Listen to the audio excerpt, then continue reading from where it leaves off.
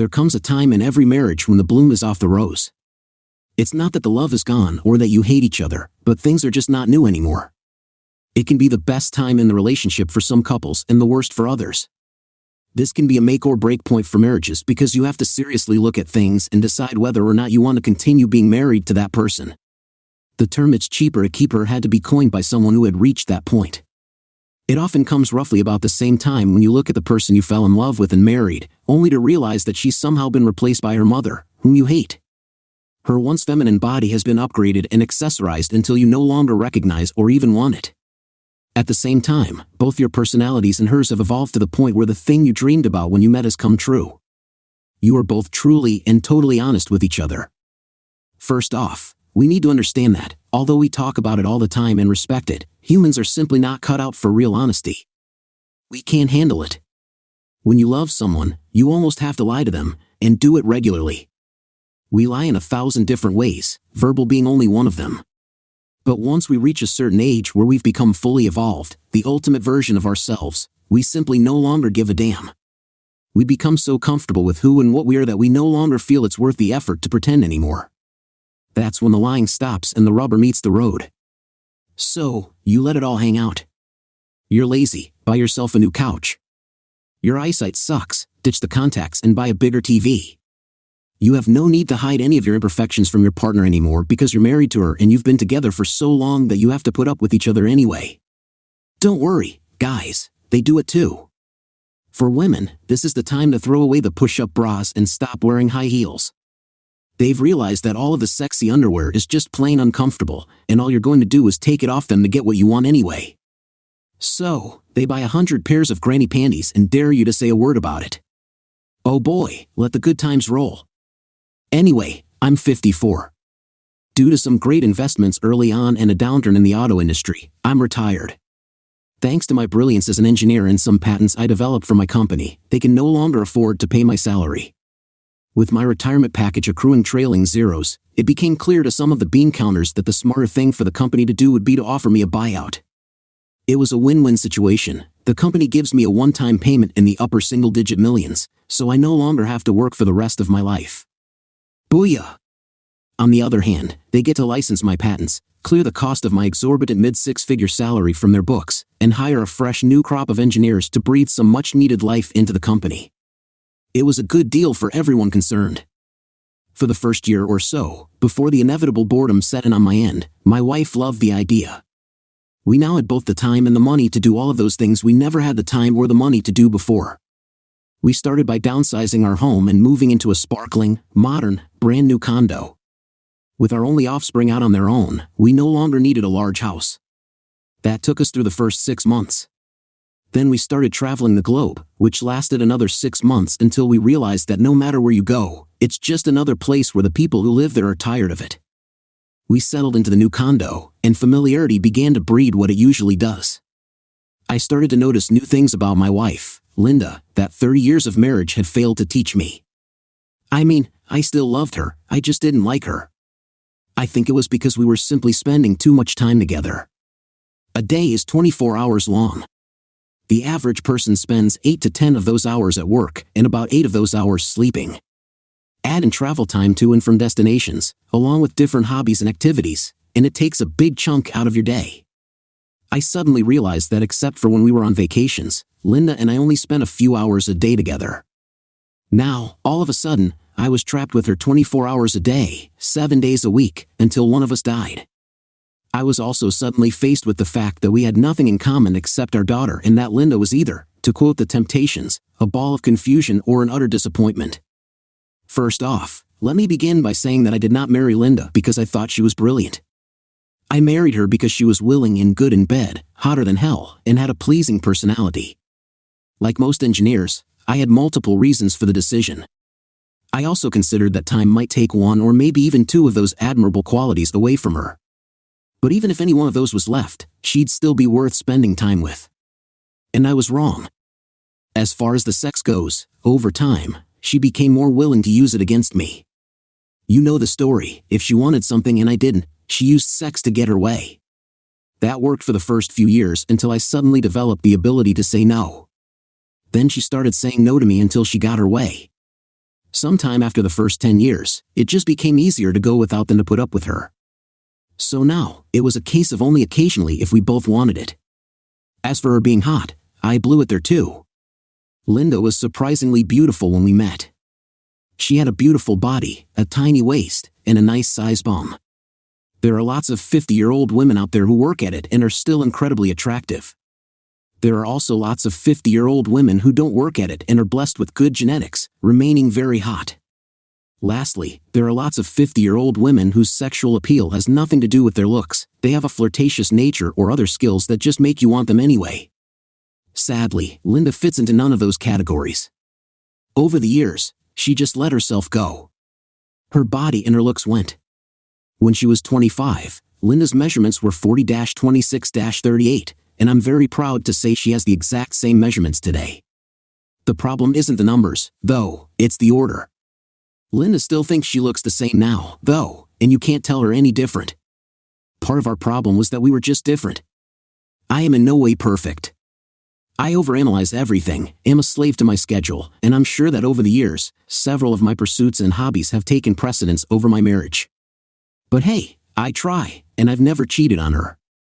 I've always been an average-looking guy, so I had to work harder. I've exercised for most of my life, so now in my later years, I'm still fit and trim from daily workouts and runs. Linda, on the other hand, got her looks through genetics. Her body was a gift from God, so she didn't ever think she had to do anything to keep it up. That was one of our problems.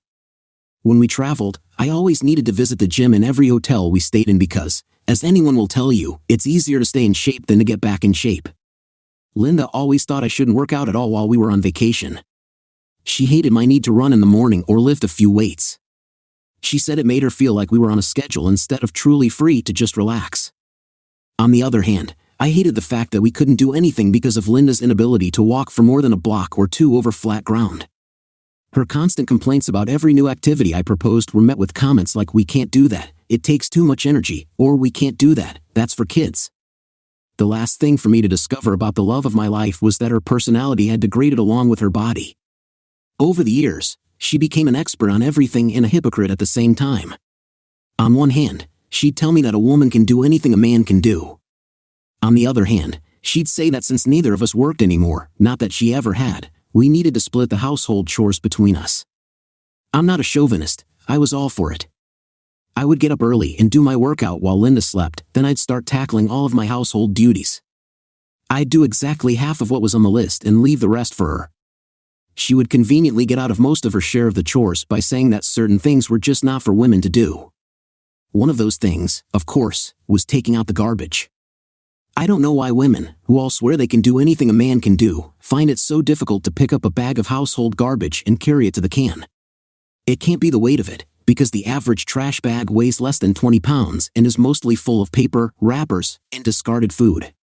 But Linda insisted that no woman should ever have to take out the garbage. She was sure there was a rule prohibiting it somewhere. Anyway, it was the garbage, out of everything else, that ended my marriage. It seems like such a stupid thing for two people who loved each other to draw a line in the sand over, but it was taking out the trash that ended us. Linda came in one Saturday morning and told me to take out the trash she had just finished filling up the cans with. I, of course, had just started watching one of my favorite track meets on TV. Being an avid runner, I liked watching the athletes who were the best in the world at the sport. Linda, who of course couldn't run a block if a pit bull was chasing her, didn't understand it. "Stan, I need you to take out the garbage right now," she said. It wasn't just the fact that she told me, not asked me, to do it, it was her tone of voice and her complete lack of respect for what I was doing. "No," I said. "It'll be a long time before you get any sex out of me if you don't." She sneered, "It's been a long time since I've gotten any sex out of you anyway." "I'll survive," I said. She got really angry for some reason and just stalked out. Since there were only the two of us in the house, we didn't create a ton of mess, so the bag wasn't even very full. The next thing I knew, she was glaring at me as she stomped by with the bag. She was back within 5 minutes, still glaring at me. But that was how it started. Things got very cold between us for about a week, and then suddenly she made up with me. I don't know why or how, it was seemingly, at least to me, spontaneous. It was as if we'd never been angry. I hadn't been, anyway, she'd been the one who was pissed off. Maybe she just decided that it was stupid and decided to let it go. I did start to feel guilty about it after we made up, but since things were going well between us, I didn't want to push it. The funny thing was that when I tried to take out the garbage, she wouldn't let me anymore. She'd just fly off the handle and grab the bags out of my hands. "I see what's going on," I said. "You're still pissed at me." "No, Stanley," she said, kissing me on the forehead. "I'm not angry at you. I've got it." I said, "You just don't want me to take out the garbage because you still don't want to have sex with me." "Stanley, we can have sex whenever you want," she said. "Tonight probably isn't very good unless you let me take a shower first." I couldn't figure it out. It wasn't like Linda to just give up on something. Over the next few days, my guilt motivated me more than anything else did. With Valentine's Day coming up, I decided to splurge and buy Linda the diamond bracelet she'd been eyeing in the jewelry ads. I even went above and beyond and increased the carat weight. I spent almost $3,000 on a bracelet that I was sure she'd love. I also planned a night out at our favorite restaurant, arranged for flowers, and the whole 9 yards. This would be a Valentine's Day to remember. I didn't wait until the last minute either. We still had over a week before Valentine's Day arrived.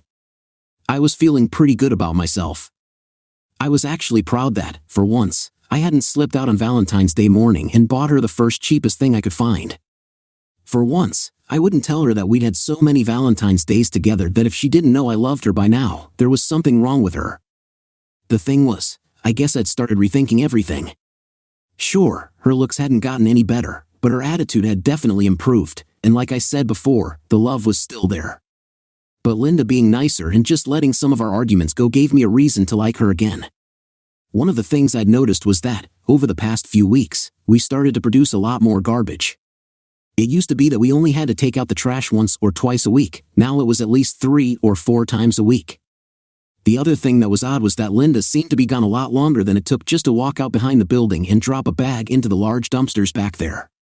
When it was time to take out the garbage the day before Valentine's Day, I decided to do it for her. She made a huge stink about it. I had to listen to the whole "women can do anything a man can do" speech, so I decided to just let it go. I turned on the television and started looking for something to watch. Linda grabbed the trash bags and headed out the door. I cracked the door open and watched as she turned the corner at the end of the hall. I quickly ducked down the stairway at the other end of the hall and headed out to the back myself. I hoped that I didn't miss her since it was kind of dark out there. Actually, I was quicker than she was and got there before she made the trip.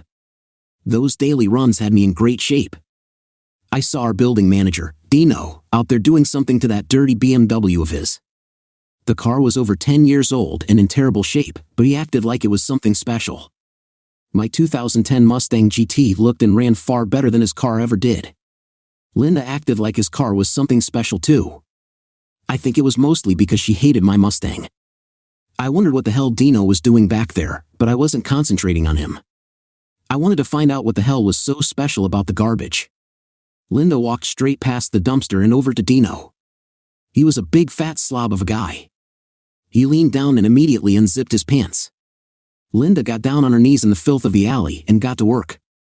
Dino didn't waste any time. I can still remember every detail as if they were burned into my brain. I remember seeing him ravaging my wife. Dino grunted every time he thrust into her, and he was wheezing as if he were about to have a heart attack. Linda was the one moaning and urging him on. It seemed like forever, but it was actually only about 3 minutes before Dino stiffened and roared. Then he just pulled up his pants and walked away as if nothing had happened. I waited for Linda to go back into the building and then quickly ran up the stairs. I was too shocked to even think about what I had just seen. Linda came into the condo only seconds after I'd settled back in front of the TV. As she passed by me, she was normal, neither overly cheerful nor defensive. If I hadn't seen what I had just seen, I would never have suspected a thing. I guess what they say is true, women are much better at being sneaky than men. In fact, she was so much better at it than I was that she almost caught me. She brought me a drink from the fridge and then looked at me. "What's wrong, Stan?" she asked. I didn't take my eyes off the TV. "Nothing," I said, trying to force my voice to sound normal. "Then why are your cheeks wet?" "Have you been crying?" she asked. "Oh, that," I said. The Jamaicans beat us in the relay again. I was so excited that I accidentally flicked one of my fingers in my eye. I'm sure they're doping, but no one can prove it yet. She looked at me very closely. I think I'm going to take the Mustang out for a drive, I said. At night? She asked. Why not? I replied. Well, I was planning on taking a long, soothing bath first, but I was hoping we could. We could what? I asked. You know, she said, smiling. It's been a long time, honey. Sorry, I said. I'm not in the mood. And I wasn't. The only reason she wanted to be intimate was because she felt guilty about what she had just done. I didn't think I'd ever touch her again. I grabbed my favorite, comfortable old leather jacket and headed for the door. She just stood there with her mouth open. As I opened the door, she called out, Stan, do you want me to come with you? Why? I asked. You don't even like my car. I closed the door, both physically and metaphorically. In a physical sense, closing the door sealed our condo and prevented others from stealing or doing harm to its occupants and contents. Metaphorically speaking, I sealed my broken heart and decided that Linda would do no further harm to it or my well-being. As I walked toward the garage, I noticed Dahlia Martin, a beautiful young woman who lived in one of the units. She was tall and thin with long, flowing hair that begged for attention. I smiled and waved. She returned my wave half-heartedly. Dahlia was usually very friendly, so it caught my attention. I walked over to her. What's wrong? I asked. My stupid car won't start, she pouted. Normally, Dahlia worked from her condo, doing some kind of internet work, so if she was leaving, it must have been really important. Well, call your date and have him pick you up, I said. You're definitely worth it. You are the sweetest man ever, Mr. Laurel, she smiled. Dahlia obviously couldn't stay angry for more than 2 minutes. But this is for work. I have to go all the way downtown for a meeting to discuss changes in the rules and sign off on my yearly tax and insurance forms. Well, I'll take you then, I said. I'm just going out for a drive to clear my head, so it's no problem. When you're done, if you can't get a ride from a coworker, just call me, and I'll pick you up too. But that's too much trouble, she said. Honey, the thing about being old and retired is that since you never have anything to do, having anything to do is exciting, I said. Thank you so much, she said. Without you, I'd be in a lot of trouble. Don't mention it, I said. She took my arm as we walked over to my car. As I started the big V8, the car shook with the engine's vibration as if it were waking up from a long sleep. Within seconds, I backed out of my stall and left the building. Once we got on the freeway, it took me only 10 minutes to drive downtown. I followed her directions and put a waypoint in my GPS. There, I said. Why did you do that? She asked. In case you need me to pick you up, I'll be able to find this spot from wherever I am, I said. I have no idea where I'm going, she said. I'm sure I'll be able to find a ride, so I won't have to trouble you, she said. Dahlia, I'm an old man. Humor me. Give me your phone, I told her. She smiled and handed me her phone. I punched my number into it and called my iPhone, then handed her phone back. If you need me, you'll be able to call me now, I said. And it's really no trouble. She got out of the car and I drove off, heading back for the freeway. I love to just drive. I tend to stay on the freeway as opposed to the streets because I don't have to stop for traffic lights or pedestrians. I also like to drive fast. Usually, it's just me, my car, and my stereo, with no distractions between us. I took advantage of Arizona's perfect February temperatures and let the warm night breezes blow directly into my car. In exchange, I let the loud music from my stereo permeate the silence of the evening as we drove. It was all about numbers, a man in his 50s driving a car designed to look like it did 40 years ago, grieving for the end of his 30-plus-year marriage while listening to songs that were over 20 years old, with the volume cranked up to 10. Tonight, my album of choice was the Cult's Sonic Temple. Listening to American Horse helped me focus my rage and steel my heart against what was to come. It isn't easy to get past the hurt of discovering that someone you've loved, laughed, argued, and fought with for over 30 years had betrayed you. It really isn't easy, but it's not impossible either. I guess what made it possible was the fact that, as I've said before, I love her but I really don't like her. Maybe we had really grown apart over the years, and this was just her way of dealing with it.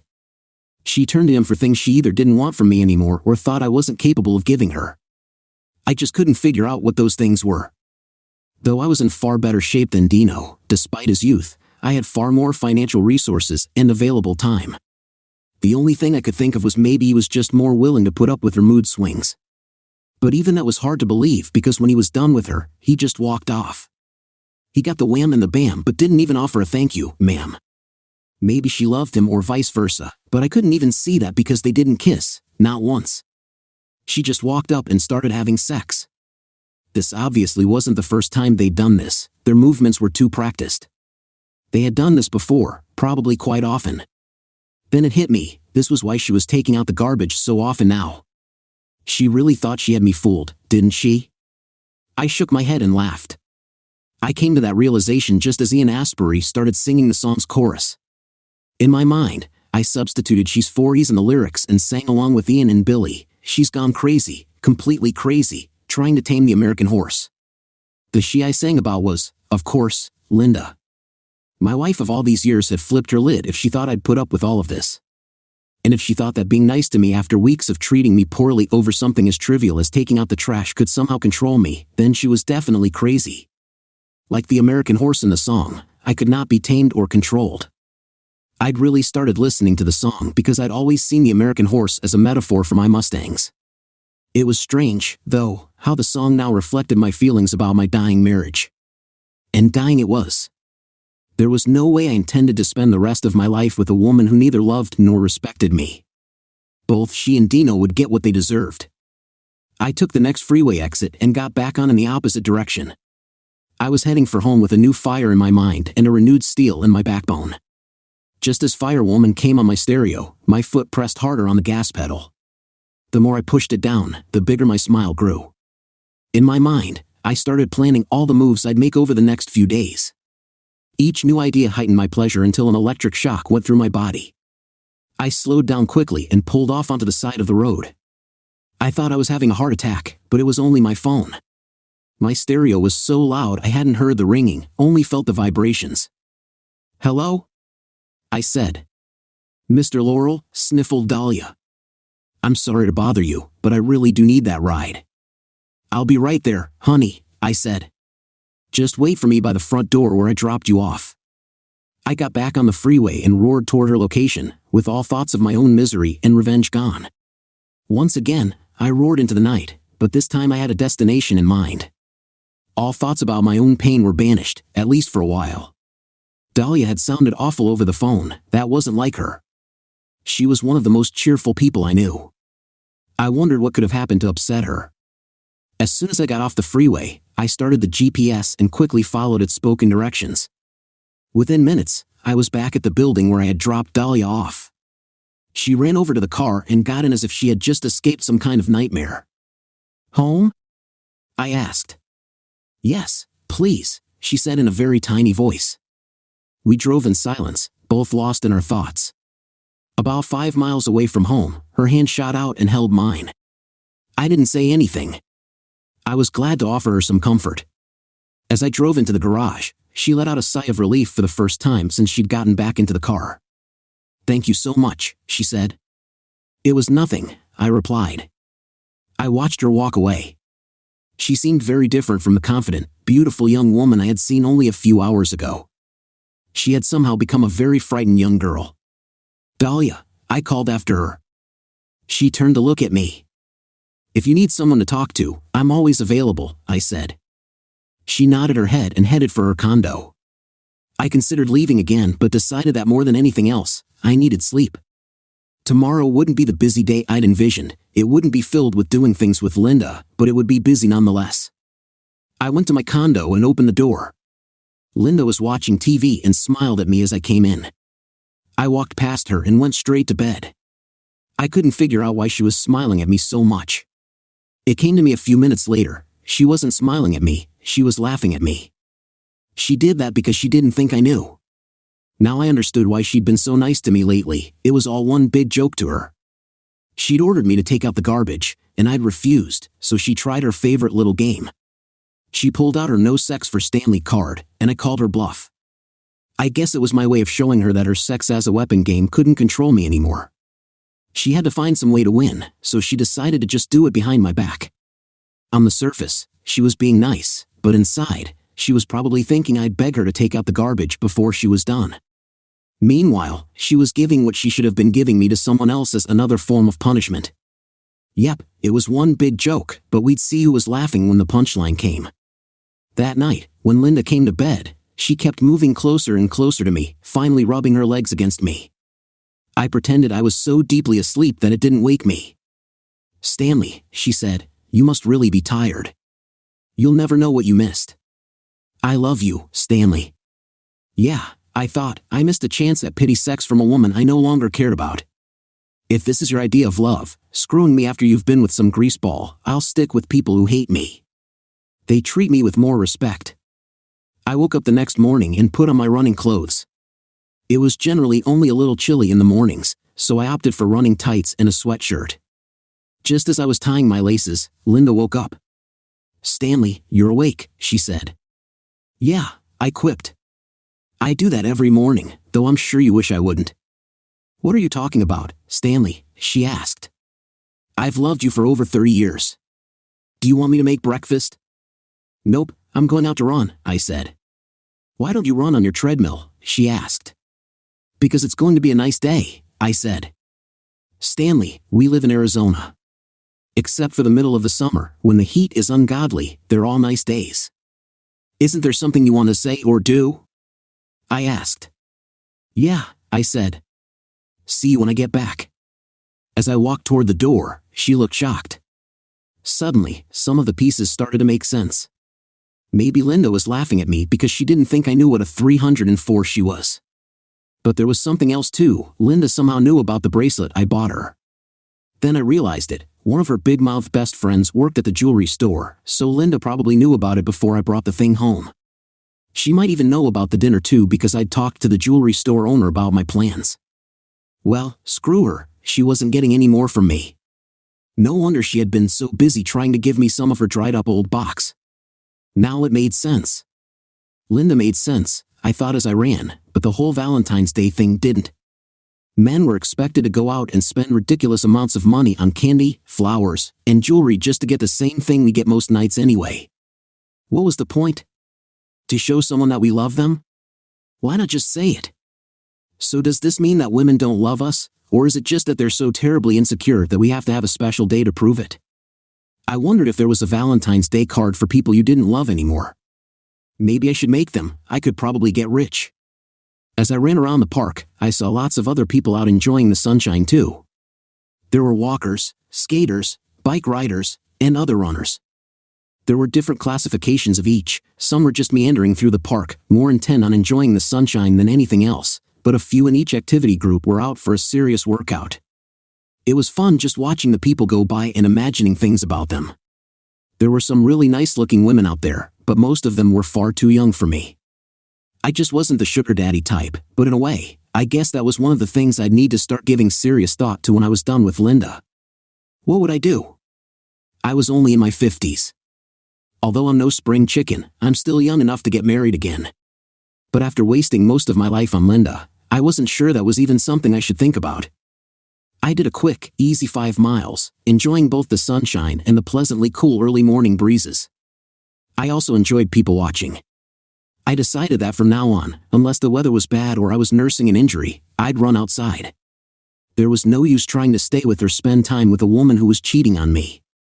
As I walked back towards my condo, I reviewed all the things I needed to do, see my lawyer about the divorce, handle some financial matters, and start looking for another condo or a small house. I was planning to either sell the one we were currently living in or just leave it for Linda. When I walked back in the door, Linda was cooking up a storm. She was acting more like it was Christmas than Valentine's Day. "Are you ready to eat, honey?" she asked, wearing a sheer robe with some incredible lingerie underneath. There was a camisole-like top that must have had a built-in girdle because it squeezed her waist in. She still looked fit but not as fat. She had put on makeup and done her hair too. "I'm going to take a shower and then go out for a while," I said. "Jimmy McDonald is retiring this week. I'm taking him to lunch along with some of the guys at the plant." "But Stanley, don't you remember what today is?" she asked. "Yeah," I said. "It's Wednesday." "Stanley, today is Valentine's Day," she said, smiling. "Oh, yeah," I said. "Happy Valentine's Day." But to tell you the truth, it kind of slipped my mind. She looked at me in disbelief and then started smiling. Stanley, do you think I should wear something special later on? I mean, did you have plans to go out or something? Nope, I said. But if you want to go out, you can. Stanley, I was talking about us going out together, she said. You know, like maybe to a restaurant or a show or something. Oh, that's an idea, I said. But I think we'll have to wait until the weekend. All the good places are probably booked up by now because it's Valentine's Day. I went into the bathroom to shower, leaving her standing there with her mouth open. After I got out of the shower, I dressed and got ready to leave. My lawyer, Ollie, was an old friend. I was sure he'd see me without an appointment. I could hear Linda talking on the phone in the other room. Arlene, he's playing some kind of stupid game. I wish I could just tell him that I already know about the bracelet and the dinner. He's really enjoying himself this time. Yeah, I guess those little things are what spice things up when you've been together as long as we have. So, I'll let him have his fun. Oh, I've got to go. He's out of the shower. I waited for a few minutes and then loudly picked up my keys and opened the bedroom door. I walked into Ollie's office less than 20 minutes later. His secretary, an attractive brunette, looked up when I walked in. Mr. Hardy doesn't have any morning appointments that I know of, she said. Let me tell him you're here. She got up and walked into Ollie's office, leaving me to sit there and contemplate how youth was wasted on the young. She ushered me into Ollie's office and asked if I'd like any refreshment. I just smiled and told her I was fine. I found Ollie inside his large office, playing with one of those putting trainers. It's not going to help you, idiot, I said. You can barely drive the ball 80 yards on a good day. Improving your putting isn't the problem. You need to work out and get some strength back into those arms. Shut the hell up, Stanley, he smirked. Just because you don't have a job doesn't mean you can come over here and harass hard-working people while they're doing theirs. Oh, please excuse me, I said sarcastically. I didn't know I was in the office of Oliver Hardy, professional golfer. I thought this was my crooked lawyer's office. So, what do you need this crooked lawyer to do, sir? He asked with exaggerated formality. He hadn't taken his eye off his golf ball since I entered. He lined up his shot and lifted his club. Just arrange my divorce, I said. Just as he swung the club, his shock at what I said caused him to swing much harder than he intended. The ball rocketed across the floor, bounced off the ramp built into his putting green, and flew across the room. It bounced off and cracked the LCD computer monitor on his desk. What? He said. Oliver had been the best man at my wedding. He'd been to my house so often that it was almost as if he lived there too. He was my daughter's godfather and the executor of my will. God damn it, Stanley, he said. Quit joking around. You owe me a new monitor. I'm not joking, Ollie, I said. Why, Stan? He asked. He looked almost as bad as if he were going through it all himself. Marriages go through their ups and downs. You just have to make it through a rough patch. It'll get better. Anything beats the alternative. Oh, I said.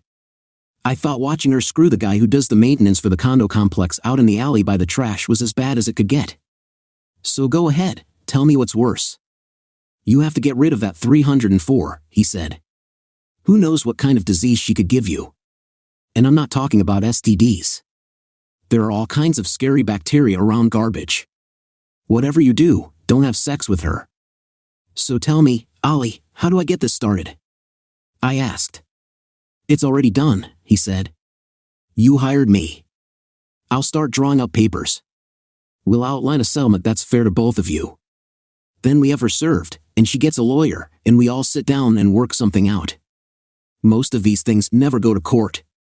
What do you mean fair to both of us? I asked. I've heard bad things about divorces. Well, Stan, you guys have been married for, what, 30 years? He asked. You'll probably have to split everything 50-50, no matter who did what. I looked at him like he was crazy. Screw that, I said. I thought you were supposed to be the crooked lawyer. I could get that kind of advice from the internet. Stop thinking about this like both of us are your friends. We need to come up with a way where she doesn't get a quarter. Stanley, he said, looking at me. Oh, all right, I said. She can have a quarter, but no more. Stanley, that's illegal, he said. Even in the worst cases, a judge would probably give her at least 40% of your assets. A quarter is only 25%. No way, I said. You've got your numbers wrong. I was talking about 25 cents, not 25% of the money I worked my bum off for all these years while she sat on her fat bum eating bonbons. Before I give her that much money, I'll just walk away. There is no way I'm going to pay her for screwing me over. He looked at me like it was the first time he'd ever seen me. Let's start looking for loopholes, I said. Can I legally sell my condo? Is her name on the paperwork from when you bought it? Nope, I said. Then I guess technically you could, he said, but if we did go to court over this, it could get really messy. Is there any law that says that two married people have to live together? I asked. No, he said. It is assumed that you would want to live with the person you marry, but there's no actual law that forces you to live with anyone. Is there any law that says I have to divorce her? I asked. No, there isn't, he said. But if you just disappeared, she could divorce you, and then you'd still have to give her half of your assets. Okay, what if the condo was all of our assets and I gave it to her? I asked. He shook his head and thought about it before answering. That was how we spent the remainder of the morning before breaking for lunch. My goal was to come up with a way to get Linda out of my life with as little of our assets as possible. It may have been wrong of me to want to do this to a woman I had lived with and loved for more than 30 years who would find herself homeless and destitute, but hey, I'm human. All the way to my car, I sang my new theme song, If Screwing You Over is Wrong, I Don't Want to Be Right. There were a few things that Ollie and I had discussed. Other than getting rid of Linda, we'd also talked about what to do with Dino.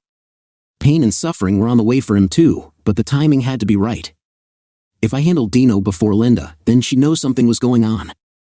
I had to move money around and make all the financial moves before I served Linda, and then Dino could be handled during the mop-up.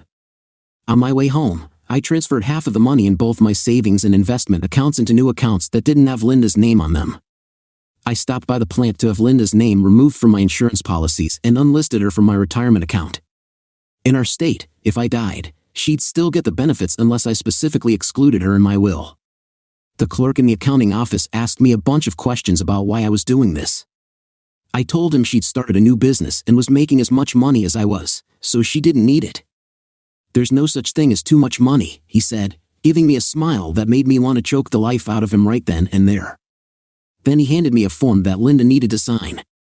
I couldn't believe she actually had to sign a form to be taken off my retirement account. I was the one who dragged my bum into that plant for 27 years. Linda had probably only been there a handful of times during our entire life together. I just smiled at him and took the form. I'd already decided how to get her to sign it. I had another form from Ollie that she needed to sign as well.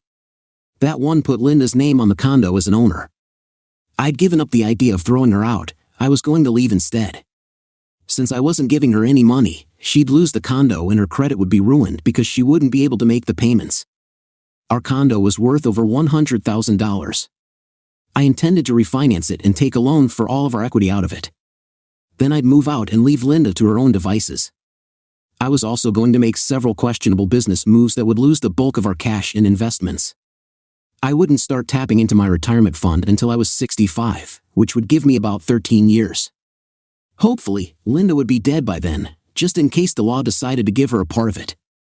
As I drove back towards the condo, I was almost cheerful considering the past 24 hours I'd gone through. I was smart enough to realize that I was still in shock over what was happening to me and that soon, probably very soon, the reality of the situation would hit me, and I wasn't sure how I would handle it. After locking my car in the parking structure, I saw Dino looking at me. He had that little smile on his face that he always seemed to have. Only now, I knew why. "Nice car, Mr. Laurel," he said. I ignored him and kept walking. Before I got to the condo, I changed my mind. I turned and went in the other direction and knocked on Dahlia's door. She opened the door a crack after a few minutes. "I already told you I don't have anything that needs to be fixed or looked at. If the situation changes, I'll call you. Please just leave me alone," she said. "Sorry, Dahlia, I just wanted to make sure you were okay," I said. She opened the door wider. "No, I'm sorry, Mr. Laurel. I thought you were someone else. Would you like to come in?" "Not if it's going to be a bother," I said. "No, a friendly face is always welcome," she said. I walked into her apartment. She offered me a seat on her couch and told me to wait for a few minutes while she got dressed. As she walked away, I decided to do something to help cheer her up. I pulled out my ever-present iPhone and called the florist. I told the woman at the flower shop who I was. She remembered me because my orders were usually pretty big, and I often ordered flowers for Linda from her shop. I asked her if she had sent out Linda's flowers yet. She told me that I'd requested they be delivered later in the day, so they'd probably go out on the next delivery load. I asked her to deliver the flowers to a different condo in the same complex and to inform the driver that if he got them there within an hour, there'd be a big tip. Since the flowers were only addressed to the lady of the house, there was no need to change anything else. 10 minutes later, Dahlia came back into the living room. She seemed a little more relaxed but still not herself. "What's wrong?" I asked. "Where should I start?" she asked. "Sorry about before. I thought you were that idiot Dino. He's always hanging around my hallway. He knocks on the door at least once a day, claiming he needs to check for all kinds of things, but he never finds anything. When I ask other tenants, none of them have had their units checked for those things. I think he's just some kind of pervert." She looked at my face when she mentioned Dino's name. I guess my expression must have given something away. "You don't like him either, do you?" she asked. "I hate that a-hole," I said, harsher than I intended to. "I'm so sorry," she said. "So you know, huh?" I guess I should have said something, but I stumbled onto them by accident when I went to take out the trash a couple of weeks ago. They were so busy going at it that they didn't even notice me.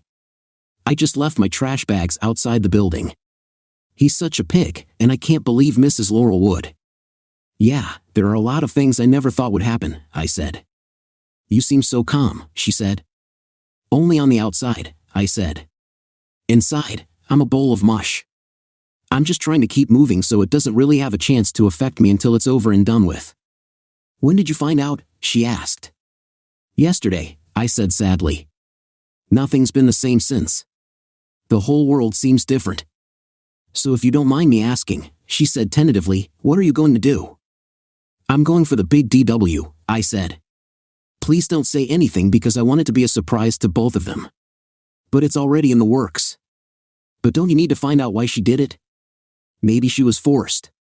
"Have you thought about what your life will be like?" she asked. "When my grandpa died, it was like my grandma died with him. That was over 5 years ago, and she's just now getting it together again. For a woman of her age, my grandma is beautiful, but she just couldn't imagine living without him." "What will you do?" she asked. "Nope," I said.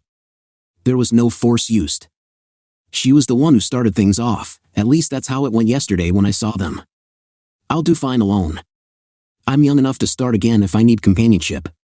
But actually, I'd be better off alone than forced to stay with a woman who doesn't really want to be with me or one who lies to me. "I'm sure she loves you," she said. "Maybe," I said. "Like a lot of women these days, she just wants something on the side. One of my girlfriends was engaged to a medical student. In about a year, he'll be done with school and get a great job with one of the hospitals. They've been together for over 4 years, but she hardly gets to see him. So on nights when she got really lonely, she, went to someone else.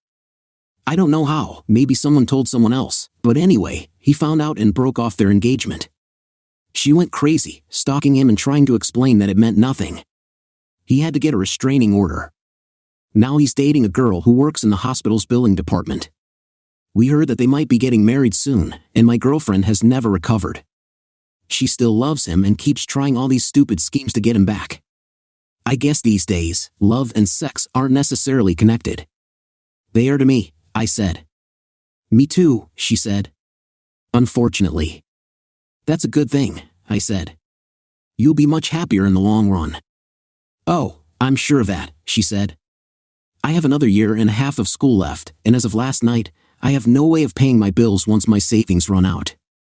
Excuse me, I'll be up the creek without a paddle." "What happened last night?" I asked. "Mr. Laurel," she said, "last night I went in to fill out my paperwork for the new owners of the company I work for. One of the owners took one look at me and decided he liked me or something. He made me an offer that I had to refuse. He was just gross, some greasy old guy in his 40s with a big gut, way too much hair on his chest, and a bunch of cheesy gold necklaces. When I said no, he pointed out that I could lose my job. I still said no. So that's why you were upset? I asked. I said, what did you do for a living? She looked down at the floor. No comment, she said. It's not something I want to talk about, but it's honest work and it's legal. I looked at my watch. We still had about 5 minutes before the florist's deadline was over. I'm hungry, I said. Mr. Laurel, I could make us something. She replied, I'm not the world's best cook, but I can make a lot of things. Actually, Dahlia, I was hoping that we could go out to lunch together. We could kind of share our misery and maybe put our heads together to find solutions to our mutual problems. I'd love that, she said. I really can't cook that well. I tried, but I just missed out on the AR gene. I laughed when she said that. It took years before Linda could cook too, I said. She almost poisoned me a couple of times, but I loved her so much that I didn't care. Just thinking back on it and remembering how much I loved Linda when we first got together hit me like someone had just stabbed me in the heart. I guess up to that point, I'd been only considering the witch Linda had become over the years and not the beautiful young woman that I fell in love with all those years ago. I'm sorry, she said. Did I say the wrong thing? No, Dahlia, I said. I was just remembering Linda the way she was. We ended up going to a small Italian restaurant just a few blocks away from the condo complex. We had a pleasant conversation that lifted some of the growing depression I felt about my life. I guess all those old sayings about misery loves company can be taken more than one way. We were both miserable, but being together lifted our spirits. Finally, at about 3 o'clock in the afternoon, I drove us home. Just as I pulled up to enter the parking structure, I saw a teenage boy drive in front of Dahlia's condo and hurried over to her door. We got there just as he was putting the flowers on her doorstep. Dahlia's face broke out in a smile. Let's see, she said.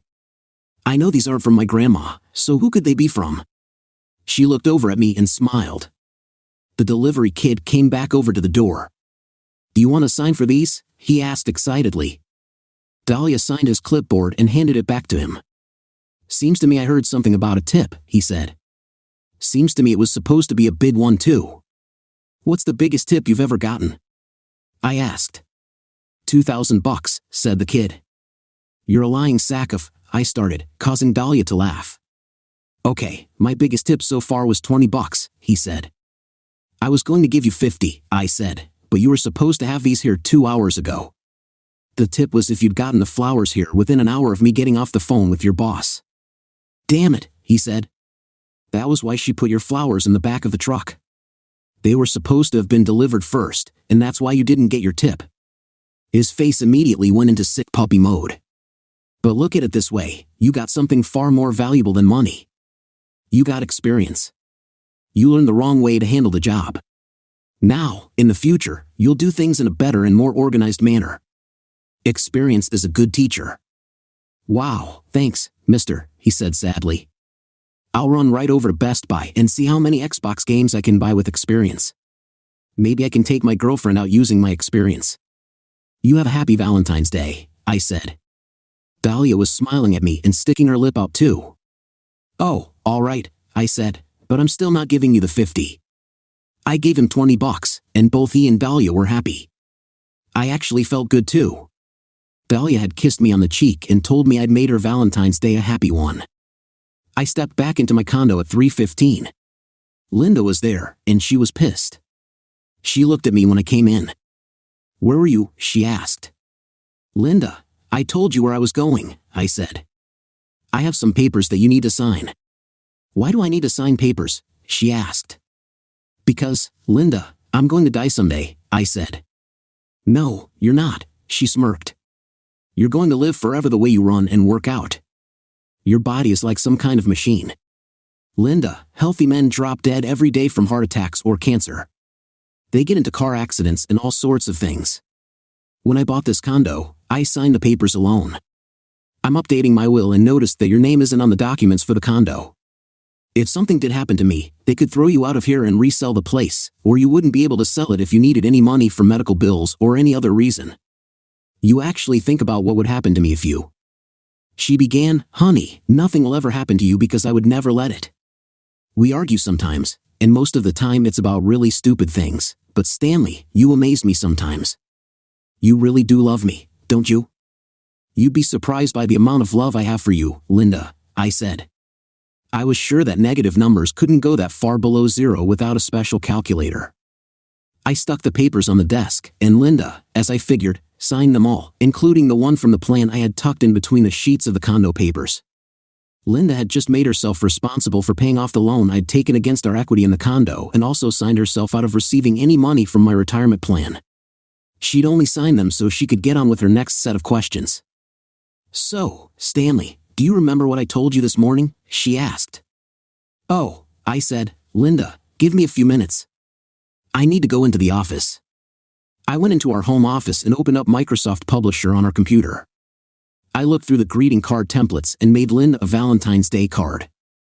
I made sure to spell her name wrong to really piss her off. A few minutes later, I went back into the living room with the biggest, cheesiest smile I could muster and handed her the card. "Happy Valentine's Day, honey," I said. She had the same expression on her face that she'd have had if she had bitten into a fried sandwich.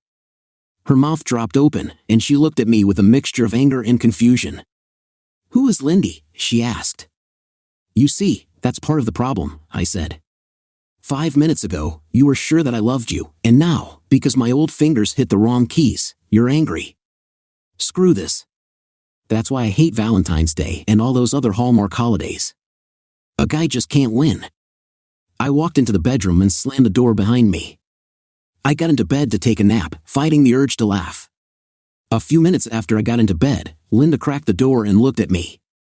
As soon as she made sure that I was asleep, she went back into the living room and I heard her on the phone.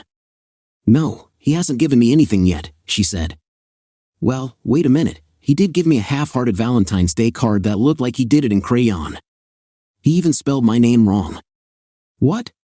"Hell no, I didn't get any flowers, and he hasn't mentioned the restaurant." "Are you sure your boss said he got us a reservation?"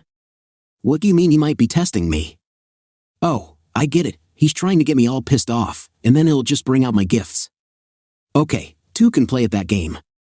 A few minutes later, the door opened and Linda got into bed with me. She put her arm around me and started to kiss me. I was horrified, but I wasn't going to show it. I rolled over in the opposite direction and mumbled, "Leave me alone. I'm tired." She actually sat up in bed. "Stanley, are you okay?" She looked at me like she actually cared. Maybe her mind was just working, I thought. "There's something wrong here," she said. "This makes twice you've turned down sex." "Linda, over the past month or so since we started arguing about it, and you told me it would be a long time until we had sex again, I've started to focus on different things," I said. "There are certain things I want to do before I die, and I need to start on the list. I guess I overdid the run this morning, so I'm really tired." Her eyes got really big, and she stared at me. "Stanley, is there something I should know?" she asked. "Have you been to the doctor lately? What is on your list? Maybe I could help you with some of them. How long do we have?" Then it hit me, the silly witch thought that I was dying and had made a list. She came back in a couple of times during the evening. "Stanley, you don't want to go out for dinner or anything, do you?" she asked once. "Tired," I said. "Stanley, honey, do you remember what day it is?" she asked. "It's Valentine's Day, and it's almost over." "Thank God," I said. "Now things can get back to normal." "Stanley, are we doing anything for Valentine's Day?" she asked, exasperated. "I already gave you a card, didn't I?" I said. She slammed the door so hard the whole building shook. She came back to bed at about midnight, wearing a nightgown so thick I thought she was wearing armor. She stayed as far from me as the bed's dimensions would allow and tried to pull all of the blankets off of me. She was so angry I thought she was going to spontaneously combust. It was all I could do not to laugh. I woke up early the next morning and got ready to go out for a run again. While I was in the kitchen grabbing a quick pre-run snack, Linda marched into the room. "Good morning, honey," I said cheerfully. "Stanley, where's my bracelet?" she screamed. "What happened to the restaurant and my goddamn flowers?" "Linda, are you high?" I asked her. "What are you talking about?" "Someone told me that you'd gone into the jewelry shop and bought me a bracelet for Valentine's Day and got us a reservation at my favorite restaurant," she said. "But all you got me was that dumbass homemade card." I pretended that I was hurt and looked up at her. "At least I put some effort into the card, Linda," I said. "What did you give me?" I tried to give you what you're always begging for, she said. What? I asked. Let me get this straight. I'm supposed to spend almost $3,000 on a brand new diamond-encrusted bracelet, pay another $200 for the custom inscription on the back, drop at least $300 for dinner at that snooty French restaurant that I don't even like, and then still spend $100 or so on fresh flowers? I'm buying you all kinds of fresh and new things, and you want to give me a 50-year-old glory hole that doesn't cost you a thing?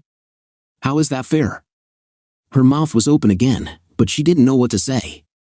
Linda, I'm old enough to realize that there's more to life than sex.